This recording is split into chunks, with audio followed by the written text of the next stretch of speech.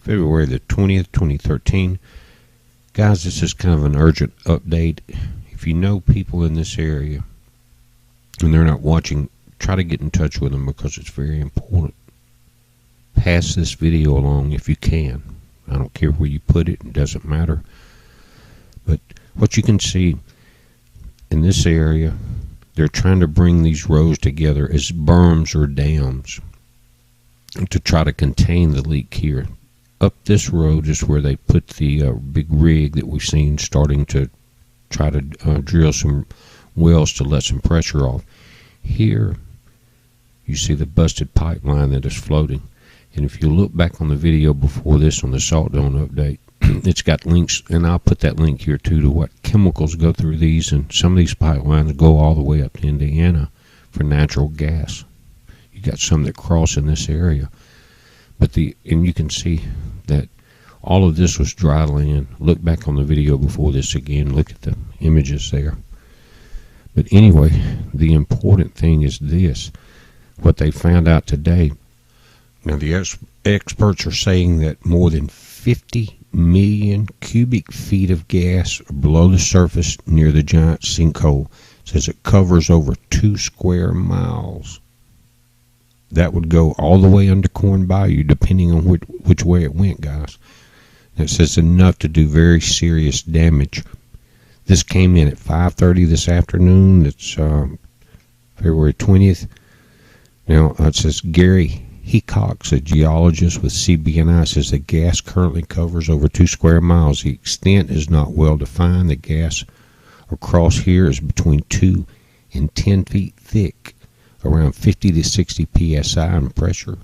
He said it is enough to have large volumes come to the surface very rapidly if it's uncontrolled. It's enough to do very serious damage to anything on the surface if it's not controlled. Goes on, in the last month, they've identified 20 new bubble sites on the western side of the sinkhole. That's this side. This would be west. This is south. Now, it says we believe this is related not necessarily to more gas coming up, but we can't exclude that as a possible contributing factor. We've estimated the volume of gas in the MRAA at 50 million cubic feet in place. He says the first picture say 200 million. That he said was a typo. We have an updated estimated. We will have an updated estimate probably by the end of the next week, and it's probably going to be substantially bigger than 50 million. I'm going to put a flyover on the website, guys, the new one today. But again, this is, if we don't know what kind of explosion, this is a whole new ball game for the entire Earth. Now, also, guys, this is an update on the video about the rig offshore, the gas rig. It says drilling specialists have been pumping heavy fluids into a gas well 50 miles off the Louisiana coast. That's in this area. It says in a bid to halt natural gas moving among underground formations at the site. The intervention is taking place roughly 2 weeks after workers detected a kick. That's back when we did that video. You can check it out. It says, our uncontrolled flow of fluid at the Apache Court well on February 4th. Tests detected the hydrocarbon had migrated from the bottom of the 8,300 foot hole to a shallower sand formation 1,100 feet below the seafloor. The company had contracted with the well control specialists at Boots & Coots, a Halliburton company, to try and kill the well. It says with the BSEE oversight, Apache Corp has been pumping drilling fluids into the well to stop the underground flow.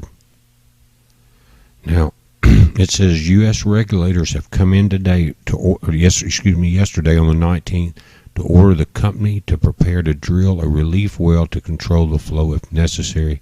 The U.S. Bureau of Safety and Environmental Enforcement says a well relief is typically used to stop an uncontrolled flow of gas or fluids from a well when other methods fail. All of this is connected. Those salt domes go right up into the Corn Bayou area. It says natural gas has been said to have been flowing underground for more than a week. Says Houston-based Apache spokesman Bill Mintz confirmed in an email response to Upstream that the well began flowing natural gas on February 4th. He did not offer an explanation of the perceived cause of the underground gas movement. But guys, this is a heads up. I'm going to put a couple of links on it. Be safe.